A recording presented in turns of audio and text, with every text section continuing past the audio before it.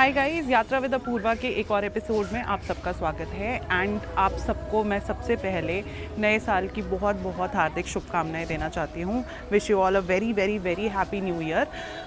साल की शुरुआत हमेशा मैं करती हूँ मंदिर जाके, तो आज मैं आई हूँ दिल्ली में रोहिणी सेक्टर 24 में स्थित जगन्नाथ मंदिर। बहुत खूबसूरत है ये मंदिर। यहाँ की टाइमिंग्स एंड एवरीथिंग वो मैं आगे आपको बताती हूँ। मैं आज लेट हो गई थी क्योंकि मंदिर जो है बेसिकली 1:30 बजे तक ही खुलता है। एंड बट आज न्यू ईयर है तो इस वजह से आज ये लेट तक खुला हुआ है, तो मुझे थैंकफुली दर्शन करने को मिल गए हैं। तो चलिए चलते हैं अंदर।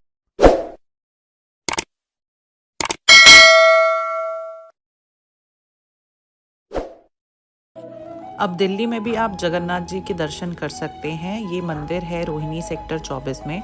तो हम लोग कैब करके निकल गए अपने घर से। जो नियरेस्ट मेट्रो स्टेशन यहाँ पर पड़ता है वो है रिठाला मेट्रो स्टेशन। वहाँ से फिर आप ई रिक्शा वगैरह करके आराम से मंदिर पहुँच सकते हैं। एक्सेसिबिलिटी काफ़ी अच्छी है इस मंदिर की। तो ये है मंदिर का मुख्य द्वार।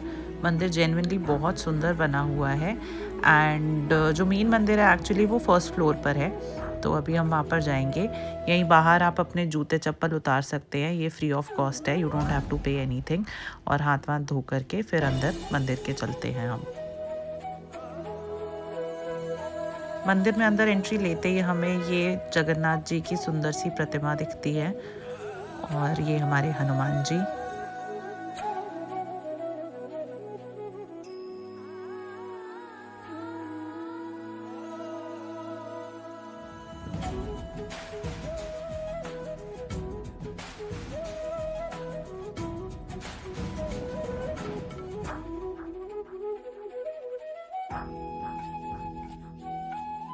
तो यहाँ पर एक हॉल बना हुआ है जहाँ पर भोग प्रसाद मिलता है। 90 रुपीज़ की थाली होती है।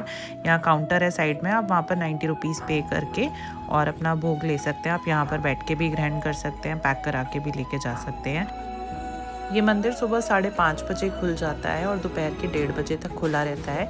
उसके बाद फिर संध्या में 4:30 बजे खुलता है एंड रात के 9 बजे तक खुला रहता है। इस मंदिर की सुंदरता देखते ही बनती है। और आज क्योंकि नए साल का पहला दिन है तो आज काफ़ी भीड़ है यहाँ पर। चलिए अब हम अंदर दर्शन करने चलते हैं और मेरे साथ साथ आप सभी को जगन्नाथ जी के दर्शन कराते हैं।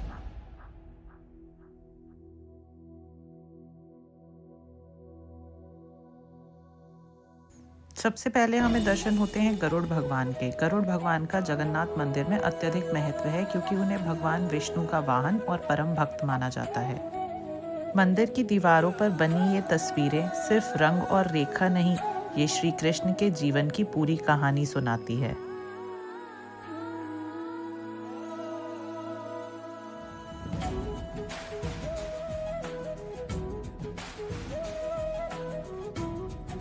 भगवान जगन्नाथ की आंखें हमेशा लोगों का ध्यान खींचती हैं। इतनी बड़ी, इतनी एक्सप्रेसिव।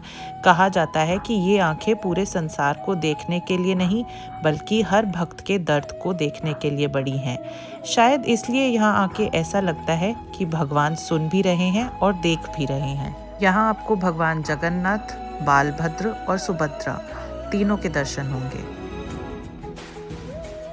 जगन्नाथ का मतलब होता है जगत के नाथ, यानी पूरी यूनिवर्स के रखवाले। ये भगवान सिर्फ एक जगह के नहीं, सबके हैं। अमीर, गरीब, शहर, गांव, सबके। शायद इसीलिए यहाँ कोई जजमेंट नहीं होता। जो जैसा है वो वैसा ही स्वीकार होता है।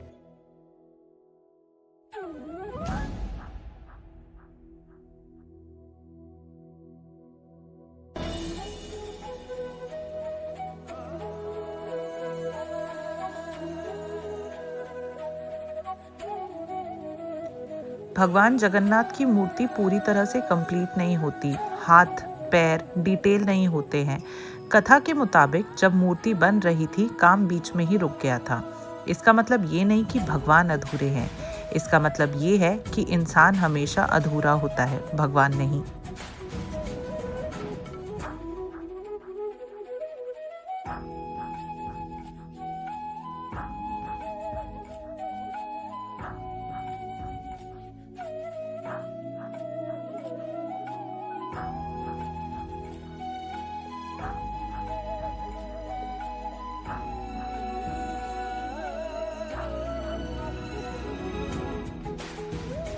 यहाँ महादेव का भी एक स्थान है। महादेव का स्वरूप हमेशा सरल माना गया है।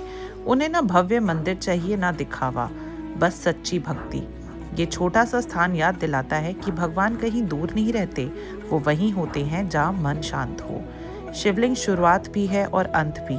ये हमें सिखाता है कि जीवन में सब कुछ बदलता है, पर जो स्थिर है वो ही सिर्फ सत्य है। एक तरफ जगन्नाथ, प्रेम, स्वीकार और लीला, और यहाँ महादेव, त्याग, सादगी और वैराग्य, जैसे जीवन का संतुलन महसूस करना भी और छोड़ देना भी।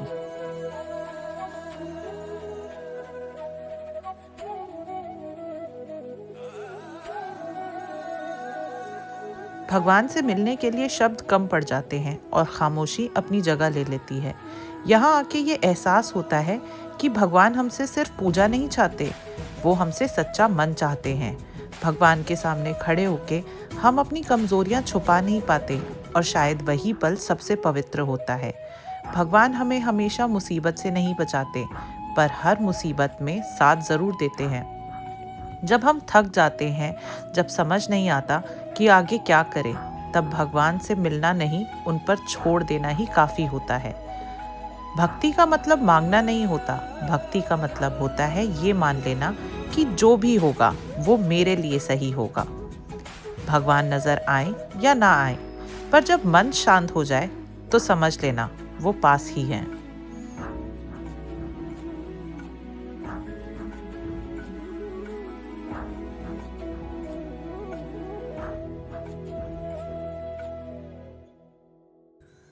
इस पल मैं कुछ मांग नहीं रही हूँ, बस खुद को समर्पित कर रही हूँ।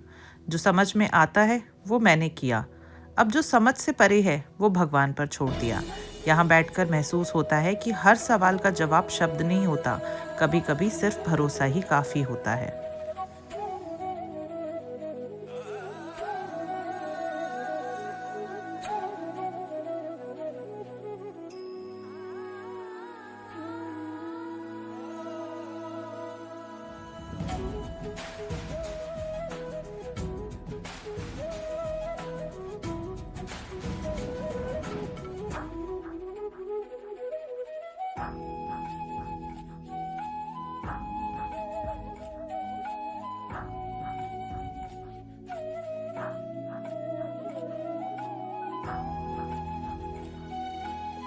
जगन्नाथ मंदिर के शिखर पर जो झंडा लहराता है वो सिर्फ कपड़े का टुकड़ा नहीं, ये भगवान के जीवित होने का प्रतीक माना जाता है।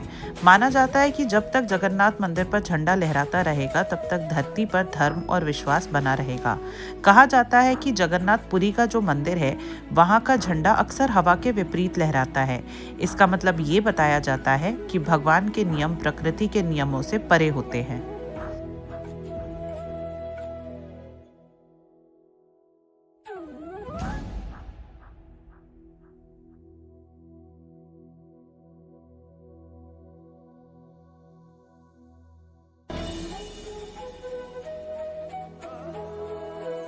दर्शन हमारे बहुत अच्छे से हो चुके हैं एंड मैं जेन्युइनली चाहूँगी कि अगर आप दिल्ली में हैं या आसपास में हैं तो आप ये मंदिर ज़रूर आएँ। बहुत खूबसूरत है, शांति बहुत मिलती है एंड आई एम ग्रेटफुल कि मैं आज का दिन मतलब 1 जनवरी साल की शुरुआत अपने भगवान जी के साथ कर रही हूँ। तो बने रहिए यात्रा विद अपूर्वा के साथ। हाँ, एक और अनाउंसमेंट है।